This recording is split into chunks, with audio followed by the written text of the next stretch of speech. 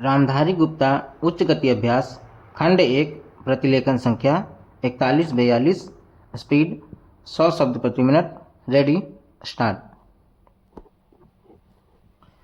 अध्यक्ष महोदय, सरकार चाहती है कि अन्न के मामले में देश आत्मनिर्भर बने, तो मेरा सुझाव है कि जिन जगहों पर काफ़ी संख्या में ट्रैक्टर से काम लिया जा रहा है, आपको कोई कारखाना खोलना चाहिए और सस्ती कीमत पर उनकी मरम्मत की व्यवस्था करनी चाहिए। आप बाहर से ट्रैक्टर मंगा रहे हैं। मैं समझता हूं कि यह सारा रुपया व्यर्थ व्यय किया जा रहा है। मेरा सुझाव है कि इस देश में ही ट्रैक्टर बनाया जाए। बाहर से खेती के सामान जो आ रहे हैं, कारखाने से होकर ही आ रहे हैं। इनको जहां भेजना हो वहां सीधा भेजा जा सकता है, किंतु हो यह रहा है कि पंजाब सरकार द्वारा इनको सारे देश में वितरित किया जाता है। चूँकि इनको पहले पंजाब भेजा जाता है और फिर सारे देश में भेजा जाता है, इसलिए खर्चा ज़्यादा लगता है।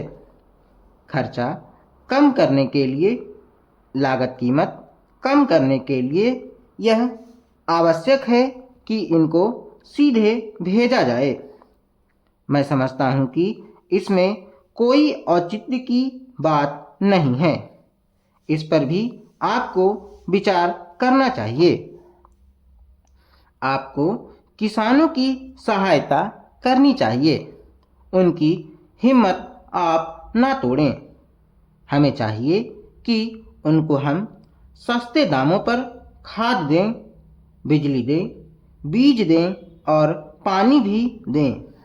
लेकिन ऐसा ना करके हम देख रहे हैं कि हर चीज़ के दाम बढ़ाए जा रहे हैं।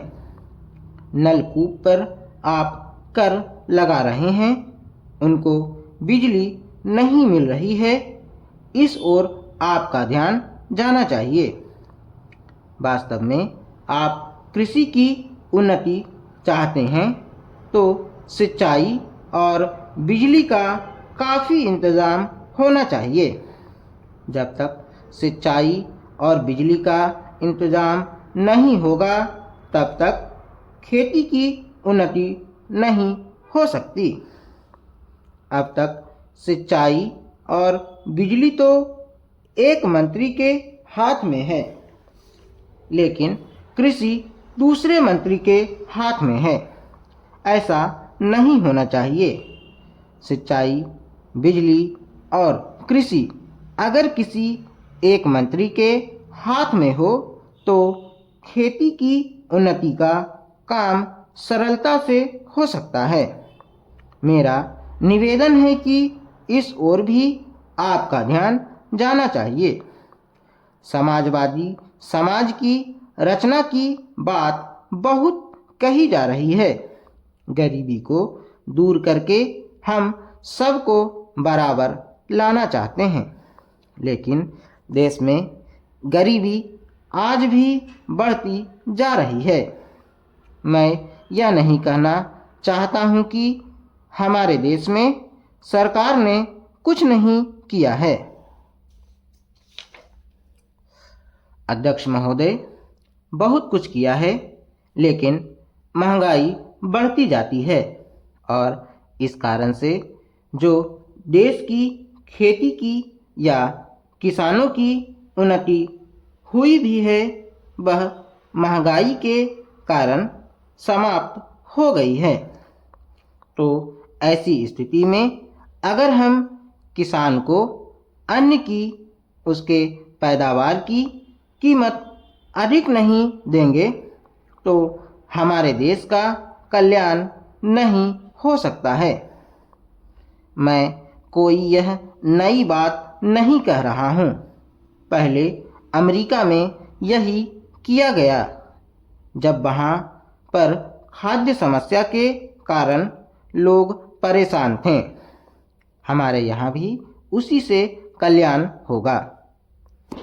हम देख रहे हैं कि सरकार के प्रयत्नों के परिणाम भी अच्छे निकलने लगे हैं, लेकिन दुख इस बात का है कि इस वर्ष सर्दी के मौसम में वर्षा नहीं हुई। फलस्वरूप इस वर्ष जो पैदावार है वह उतनी नहीं है। इसका कारण वर्षा का ना होना है।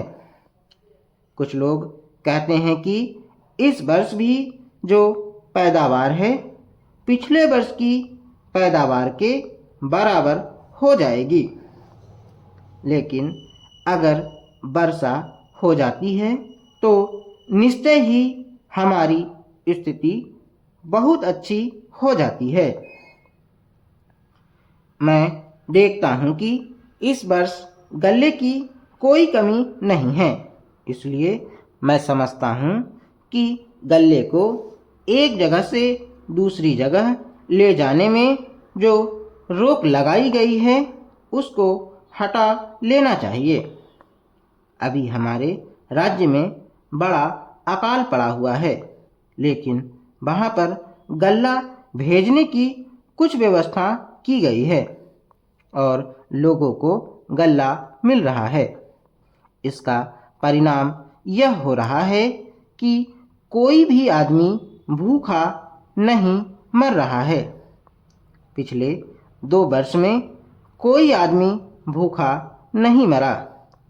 यह हमारे देश की सरकार के लिए बड़े ही संतोष की, बड़े ही गर्व की बात है। यदि अन्न की उपज हमें बढ़ाना है तो हमें पानी का इंतज़ाम करना चाहिए। आज वर्षा की बहुत कमी है। विशेष रूप से मैं अपने क्षेत्र की बात आपको बतलाना चाहता हूँ। 20 वर्ष पहले जितनी वर्षा वहाँ होती थी उतनी ही वर्षा आज भी होती है। वहाँ नहर भी है, लेकिन नहर का पानी वहाँ नहीं जाता है।